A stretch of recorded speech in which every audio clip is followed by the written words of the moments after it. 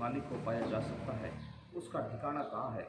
मालिक सब ताकत है जो जुगों जुग से चली आ रही है, प्रलय महाप्रलय में भी सदा कायम है।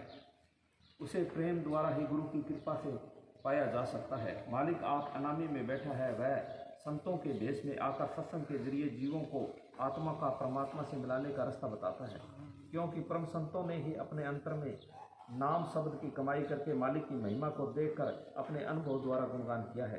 बगैर देखे इंसान उसकी महिमा को कैसे जान सकता है।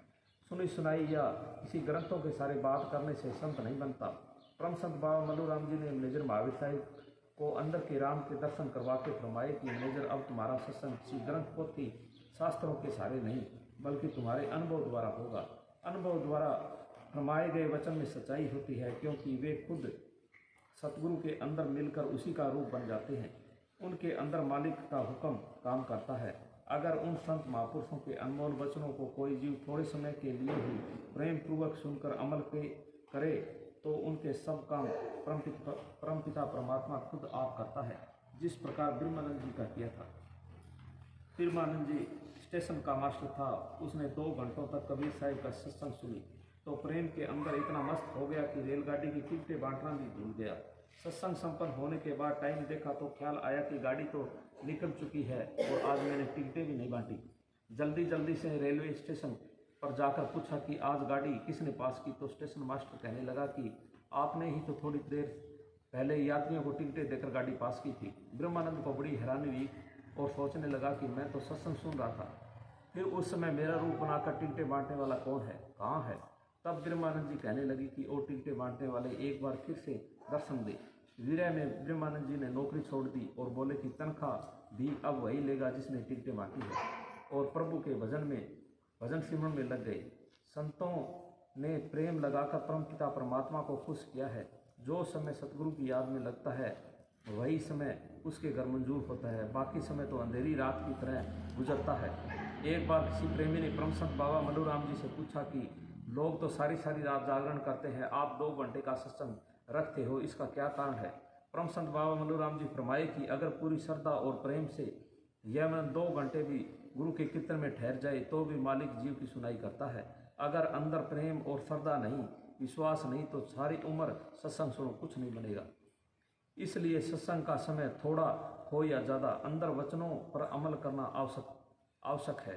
मन की बुरी भावनाओं वृत्तियों का त्याग करना जरूरी है, तभी सत्संगी को असली फल मिलता है। और जो समय सतगुरु की यादगिरी बगैर खाली चला गया तो समझो काल के लेखे में गया। सत का संग ऐसा होना चाहिए कि जितनी देर लो लगाई उनके वचनों पर अमल किया। इस मन कुत्ते के एक छोड़े, चुगली, निंदा, चोरी जारी, 5 चोर और 25 प्रकृति मन के पीछे है। इनकी 184 वृत्तियां हैं। अगर एक सत्संग में एक कुक्रम छोड़ दे तो भी सतगुरु कृपा करता है, परंतु यह मन संतों के वचनों में नहीं लगता। जितनी देर सत्संग में बैठता है ख्याल कहीं दूसरी तरफ घूमता है तो मन आधा खा जाता है। आधा समय मालिक के अर्पण और आधा मन के। पूरे संतों के संपर्क में आने के बाद यह जीव मालिक के घर पहुंचने में समय क्यों लगता है, क्योंकि मन पूरी कमाई नहीं करने देता। इसलिए मन के पीछे होने से कई जन्म लग जाते हैं। नाव वाला महकमा तो ऐसा है कि एक बार लेने के बाद छोड़ता तो नहीं, 2-4 जन्म याद ही नहीं रहने देता। 2 घंटे कोई सारी रात सुना वो भी नहीं याद रहने दिया, 2 घंटे कौन सा याद रखेगा। ये तो हरिचंद्र रोड आया करता था मस्ताने का चेला, उसने भी फरमाया। मस्तान जी कहने लगे भाई हरिचंद्र सिमरन करया करा, रात को बैठ के आंखों के बीच ध्यान टिकाया करा, तो सारा दिन गड्डी के अंदर ना रहा करा कि बाबा गड्डी से तो किराया कमा के ले आऊँ तो बच्चों को देता हूँ खाने के लिए, नहीं कमा के लाऊँ तो फिर मेरे से पूर पाड़ते हैं। कोई कहता है बूट नहीं, कोई कहता है कपड़ा नहीं, कोई कहता है मेरी फीस नहीं। तो इसीलिए मैं आपका वचन भूल जाता हूँ जाने के बाद। जितनी देर बैठा हूँ याद है, जाने के बाद कुछ नहीं याद। तो फिर ये तेरे बच्चों की आशा पूरी कितने में हो सकती है कि लाख रुपए दे दे और बच्चों का काम करके तेरे गुण गाऊंगा। आप देख लो, मस्तान जी का कहने लगा मैनेजर को दे भी इसको लाख रुपए दे, और लाख रुपए दे दिए। वो बच्चों का तो ऐसा करे आपके 11 गाड़ी ले आया। देख लो, बच्चों ने तो कपड़ों के लिए तरस रहे थे कि मैं 11 गाड़ी ले आया। और बहाना बनाया कि मैं बच्चों को खाना दे के इंतजाम करके तेरे तेरे गुण गाऊंगा। ऐसा काम करते हो? उसने तो किया वचन आपका पूरा कि लाख रुपया दे भी इसको, ये बच्चों का इंतजाम करके और फिर आएगा डेरे में। ऐसा आया देख लो, 11 गाड़ी बना के चंडीगढ़ गया और 11 गाड़ियों पर ड्राइवर रखे और शाम को शेड्यूल पे बोतल मेल के मारे खंखारा कि अब मेरे से ऊपर कौन है। देख लो फिर मस्तानी का चले डंडा 11 की 11 साफ और घर भी बिक गया। जो पहले एक थी पास में वो भी चली गई और फिर उससे जाके लुधियाने रहा 700 रुपये में नौकर। तो उसके हरिचंद की माँ मस्तानी के बोले बाबा हरिचंद बच्चे छोटे हैं, हरिचंद दूर किया कि तू उल्टा चरखा फेर के मेरा हरिचंद उल्टा ही आ जाए। उल्टा आया, आके विनती करी कि मैं तो मन का लाचार हूँ, माफ़ कर। तो मस्तान जी कहने लगे अब तेरा इतना ही करेंगे, एक थोड़ी झूपड़ी बना के देंगे और एक गाड़ी बना के देंगे, उसी में सबूरी करेगा तो बना के देंगे, नहीं तो भाग जा। कि जी अब तो मैं सारी ज़िंदगी नहीं बिताऊंगा। अब आया करता था किराया छोड़ने सवारी कम में कि ये मस्तान जी की दी हुई है, इसको मैं नहीं छोड़ूंगा चाहे बेशक ये टूट जाए। इसी गाड़ी में और उसी झोपड़ी में गुजारा कर रहा हूँ, बच्चे भी जवान हो गए। पाट्या हुआ खोड़ा रजाई का फोट रखे, मैं तेरे को लोई नहीं कह रहे, तू इसे लोई नहीं तो मार दिया मेरे को। चलो बोला हमारी पालना करने वाला परमपिता परमात्मा एक ही है। तब कबीर साहब जी ने कहा है कि राम नाम की चौपड़ मांडी, दो पासा जुग सारी हो, जिसका जीवड़ा जीत घर आया वो नर सुगर खिलाड़ी हो। यह सत की चौपड़ रात के 3 बजे बाद मांडी जाती है। सत का संग करने से सतगुरु पालना करता है। तब कहा है कि सत्संग पानी है और सिमरन खुदी है। 3 बजे बाद जागकर ध्यान द्वारा कर्मों के जाड़े काटे जाते हैं। संत कबीर साहिब जी ने लिखा है कि कबीरा संगत साध की साहिब आवे याद, लेखे में सोई घड़ी बाकी वाद विवाद। पार परम संत मौजपुर वाले शाह मस्ताना जी फरमाते हैं कि हे जीव, जितना हो सके उतनी देर संतों के वचनों पर अपना ध्यान केंद्रित करने की कोशिश कर, तभी कुछ फायदा मिलेगा। बस अंदर करो जितना भी वो साथ जाएगा। बाकी है तो दोनों सहायता करने वाला, यहाँ भी सुखी और आगे के लिए भी सहायता। आगे तो परमात्मा के घर पहुँचा देता है, ऐसी ताकत है। और यहाँ सुखी अमल करेंगे या प्रेम करेंगे, गुस्सा करो तो काटने निकालेंगे तो तन मन को सुखी करेगा। बस ये सुख लेना था। है किसी के याद नहीं, ये तो मसाना फैसला कर गया कि 20 साल पहले गाड़ी निकाली हो, 20 साल बाद वो इंसान सामने आ गया, फौरन याद आ गई कि इसने मेरे फला बहन की गाड़ी निकाली थी फलाने साल। 20 साल देख लो बला अंदर रहेगी तो फिर कैसे सफाई हो सकती है उस क्रोध की। अब बस ये अंदर से ये ताने बाने निकलने के बाद ही तन मन सुख होता है। दुख क्यों है? किसी का सहन नहीं होता और करना सबने अपना अपना है। कोई देता है किसी को? कितना निजी हो, महीने 2 महीने दाप जाएगा, सारी जिंदगी कौन दे सकता है? तो फिर झूठे ताने में क्यों दुख है, क्यों क्रोध है, क्यों अहंकार है? करना अपना अपना अपना करके खाना आपका ही काम आएगा। आपका ही सब ने करना है। एक बाप के बेटे हैं, वो भी हिस्सा बटना है, फिर भी उस पर लड़ाई क्यों है?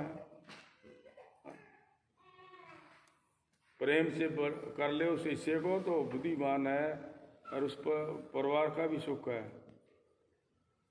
नहीं तो झगड़ा के तहसीलदारों से पटवारों से झगड़ के करते हैं, उसमें दुख भी है, बदनामी भी है और पैसा भी बर्बाद है। फिर करना तो अपने हक पे है, फिर क्यों ठगाए उन लोगों को? क्यों घूमे कचेड़ियों में? ये आप रजा होके करे तो 1-2 तारीख पे ही फैसला हो जाता है। बस ये खिंचातान मन की तन की है। इस खिंचातान में क्या दुख है सबको पता है, फिर भी छोड़ते नहीं इसको। और जो राम के तरफ लग रहा है जो सतगुरु का वचन है उसको पल में तोड़ देते हैं। अरे ये साढ़े कई जन्मों का नाता तोड़ नहीं तोड़ते इसको, ऐसा जकड़ा हुआ ये जीव। कई जन्मों से कचौड़ियों में घूम रहे हैं, उसको नहीं तोड़ना चाहते। चलो बोला। संतों के संग में 4 फल मिलते हैं। यह 4 फल हैं कि जितनी देर यह जीव संतों के सत्संग में बैठता है उतने समय में काम, क्रोध, लोभ, अहंकार रूपी विकार तंग नहीं करते और शांत हो जाते हैं। जिस प्रकार नदी में स्नान करने से सारे शरीर को ठंडक मिलती है, उसी प्रकार परम संतों के वचनों रूपी शीतल जल में स्नान करने से काम, क्रोध, लोभ, अहंकार की तपस्या से तपती आत्मा को ठंडक मिलती है। तब संतों ने कहा, बस ये अमृत है। गुरु क्या करता है, आप भी बरबर पहले पैरों को पिलावे। ये पिलाने वाला तो है, बना के पीने वाला नहीं है। कोई बैठ के सबूरी नहीं है किसी के, कहेगा कैसे? सबूरी करने से, विश्वास करने से। विश्वास तो हमारे को 5 मिनट भी नहीं है बैठेंगे तो। फिर सबूरी कैसे है? कोई खाने के लिए बेग तंग करेगा, या पैरने के लिए बेग तंग करेगा, या बोलने के लिए तंग करेगा, वो बेग से खड़े हो जाएंगे। और तन में खुजली चलेगी, खड़ा होएगा, फिर विश्वास कैसे हो गया? अंदर बेग खड़े हो गए, फिर उस पर श्रद्धा कैसे करेगा? कैसे उस अमृत को पिएगा? वो तो फिर बाहर वाला ही खाएगा, अंदर वाला नहीं मिलेगा। हाँ। एक घड़ी आदि में बुनियाद, कबीरा संगत साध की कटे कोट अपराध। सत के संग की आदि घड़ी, तप के वर्ष 1000, इसके बराबर ना होत है, कहे कबीर विचार। परम संतों के संग की, सत्संग की आदि घड़ी। बस ये कबीर ने क्या रट पड़ा, वो तो रमंज में बाणी में लिख गया। नाभ कमल से पौन खंची, चाल पकड़ लेने त्रिकुट में रड़बड़ रचना शोगी के शिव जी तक लड़ के मर गए। दुनिया कोई नहीं देखता उसको, पूज रहे हैं। और उसने बताया कि शिव जी तक रड़ पड़ा है। बस लड़ के मर रहे हैं, शिव जी की पूज रहे हैं। ना तो रड़बड़ मिटाई, ना शिव जी देखा, तो फिर झूठी लड़ाई है। हाँ। परम संतों के सत के संग की आदि घड़ी को 1000 वर्षों के तप से भी उत्तम बताई है। कैसे? एक बार दुर्वासा मुनि और वशिष्ठ जी का आपस में विवाद हुआ। दुर्वासा मुनि बोला कि तप बड़ा है, और वशिष्ठ जी बोले कि सत का संग बड़ा है, कि चलो महादेव जी से न्याय करवाएंगे, हम दोनों में कौन बड़ा है। 33 करोड़ देवी देवताओं का प्रधान शिव जी है, इसलिए उन्हें महादेव कहा गया है। वे दोनों महादेव के पास गए। महादेव जी कहने लगे कि आओ दुर्वासा मुनि आओ। कैसे आना हुआ? दुर्वासा मुनि बोला कि जी हमारा विवाद हो रहा है, मैं तो कहता हूँ कि तप बड़ा है, और वशिष्ठ जी कहते हैं कि सत का संग बड़ा है। अब आप ही हमारा न्याय कीजिए। महादेव जी कहने लगे कि मैं आपका न्याय तो कर दूंगा, परंतु आपको विश्वास नहीं होगा, इसलिए आप दोनों पाताल लोक में शेष जी के पास चले जाओ, वह आपका न्याय कर देगा। तब वे दोनों पाताल लोक में शेष जी के पास गए। शेष जी ने वशिष्ठ जी का आदर भाव किया कि आओ वशिष्ठ जी आओ, बड़े दर्शन दिए, सत्य की बातें की। दुर्वासा मुनि वशिष्ठ का आदर भाव देखकर अंदर ही अंदर क्रोधित हो उठा कि इसका आदर भाव करता है, मुझे पूछता ही नहीं। तब वशिष्ठ जी बोले कि शेष जी हम दोनों में विवाद हो रहा है, मैं तो कहता हूँ कि सत का संग बड़ा है, और दुर्वासा मुनि कहते हैं कि तप बड़ा है। अब आप ही हमारा न्याय करें। उनकी बात सुनकर शेष जी बोले कि आपकी बात तो ठीक है, परंतु मेरे सिर पर पृथ्वी का भार है। अगर आप दोनों में से कोई मिनट 2 मिनट उठा लो तो मैं सोचकर फैसला कर सकता हूँ। शेष जी की बात सुनकर दुर्वासा मुनि अहंकार में आकर बोला कि यह कौन सी बड़ी बात है, धरती को तो मैं उठा लूँगा। शेष जी बोले कि तो लगा कंधा।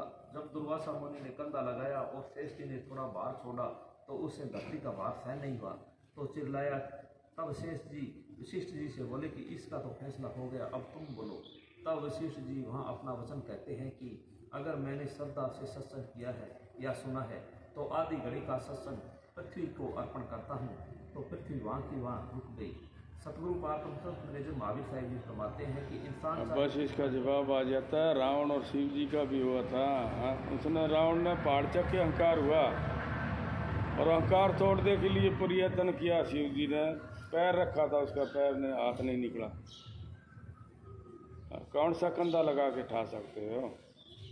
अरे साइंस से कोई बल्द के सींग पे खड़ी है, कोई किसी तरह बताता है। अरे खड़ी है सत के जरिए, संतों ने रोक रखी है इसको। पता फरमा के गया आधी घड़ी की तेरे जुम्मे करता हूँ। अरे 1000 वर्ष वाले से नहीं रुकी कि साइंस ही उसको सिर पे खड़ा लेके खड़ा है इसको। नहीं कि मैं साइंस युगों की भक्ति करी है इस पृथ्वी को रोकने के लिए। इसीलिए वो पताल में, आकाश में, जड़ थल में, सब कण कण में बताया है। वो एक ही जगह सिर लगाएगा, बाकी धरती को कौन उठाएगा?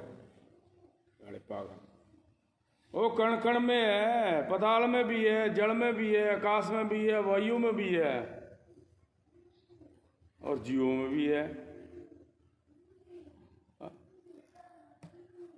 जीवों की सहायता कब करेगा? जब हम उसका सिमरण करेंगे। है अंग संग, फिर दूर क्यों है कि हम उसको देख नहीं सकते, उसका सिमरण नहीं कर सकते?